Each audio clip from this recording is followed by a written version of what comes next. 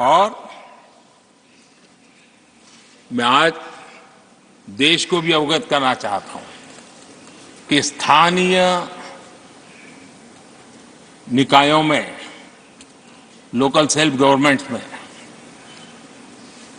OBC के आरक्षण का विधेयक भी कल 6 फरवरी को लोकसभा में भी पारित हो।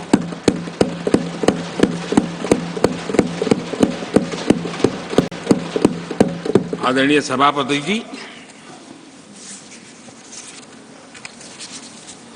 एससी, एसटी, ओबीसी उनको बड़ी भागीदारी लेने में कांग्रेस और साथियों को हमेशा परेशानी रही है। बाबा साहब की राजनीति को, बाबा साहब के विचारों को खत्म करने के लिए कोई कसर उन्होंने छोड़ी नहीं है। वक्तव्य अवेलेबल है, चुनाव में क्या क्या बोला गया वो भी अवेलेबल है। इसको भारत रत्न भी देने की तैयारी नहीं थी, वो भी भाजपा के समर्थन से और सरकार बनी, तब बाबा साहब को भारत रत्न। इतना ही नहीं, सीताराम केसरी अति पिछड़ी जाति से कांग्रेस पार्टी के अध्यक्ष उठा करके फुटपाथ पर फेंक दिया गया। ओबीसी, वो वीडियो अवेलेबल है, वो देश ने देखा सीताराम केसरी के साथ क्या हुआ।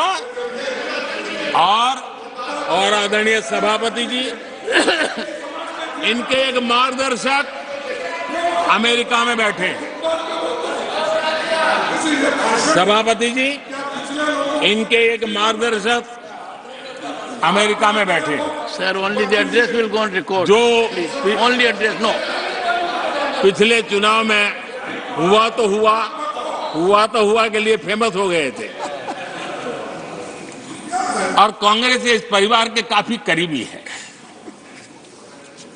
उन्होंने अभी अभी संविधान निर्माता बाबा साहब आंबेडकर के उनके योगदान को छोटा करने का भरपूर प्रयास।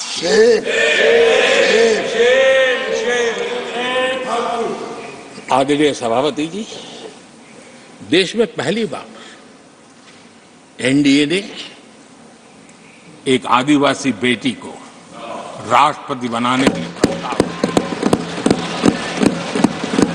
उनको उम्मीदवार बनाया।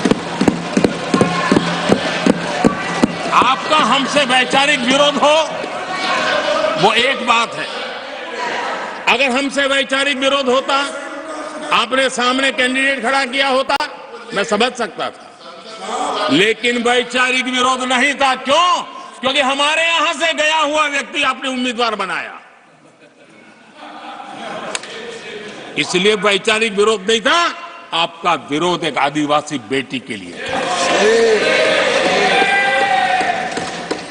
और इसलिए आपने, और ये जब सांगमा जी चुनाव लड़ रहे, वो भी एक आदिवासी दौर दी, उनके साथ भी यही किया गया था।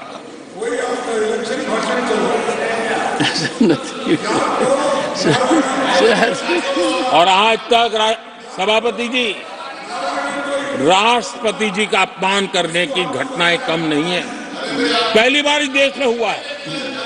उनके जिम्मेवार लोगों के मुंह से ऐसी ऐसी बातें निकली है, शर्म से माथा झुक जाए। राष्ट्रपति के लिए ऐसी भाषा बोली गई है, मन में जो कसक पड़ी है ना, वो कहीं न कहीं इस प्रकार से निकलते रहती है। एनडीए के अंदर हमने 10 साल काम करने का मौका मिला। हमने पहले दलित को और अब आदिवासी को, हमने हमेशा, हमारी प्राथमिकता क्या है सब